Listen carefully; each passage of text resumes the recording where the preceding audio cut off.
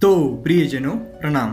कश्मीर और लद्दाख में अब कुछ ऐसी सुरंग बनने जा रही है जो ना सिर्फ भारत की बल्कि एशिया की सबसे बड़ी सुरंग होने वाली है। और इतनी बड़ी सुरंग बनाने का निर्णय भारत सरकार को आखिर क्यों लेना पड़ा? क्या सिर्फ रास्ता बनाने से काम नहीं बन जाता? तो आपको ये जानकर और सुनकर आश्चर्य होगा कि यहाँ सिर्फ रास्ता नहीं बल्कि भारत का NH1 राष्ट्रीय महामार्ग होने के बावजूद इस सुरंग का निर्माण करना पड़ रहा है, क्योंकि इसके पीछे की वजह भी उतनी ही बड़ी है।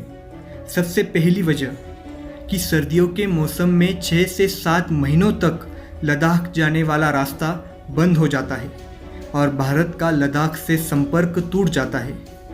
और इसके बजाय बाकी दिनों कुछ इस तरह से लोगों को परेशानियां उठानी पड़ती है, जिसकी वजह से यहाँ सुरंग होना अनिवार्य हो जाता है। दूसरी वजह और सबसे महत्वपूर्ण वजह भारत की सुरक्षा, क्योंकि कारगिल युद्ध के समय यहाँ जोजिला में सुरंग होना कितना महत्वपूर्ण बन गया था, इसकी प्रचिति तब भारत सरकार को हो चुकी थी और तभी से इसका काम शुरू होने वाला था। लेकिन कुछ परेशानियों की वजह से इस प्रोजेक्ट को 2020 तक राह देखनी पड़ी।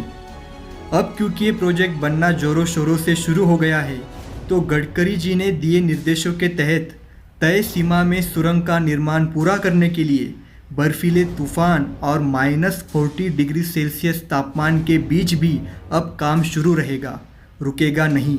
और तय सीमा के कुछ 1.5-2 साल पहले ही ये प्रोजेक्ट बनकर पूरा हो चुका होगा।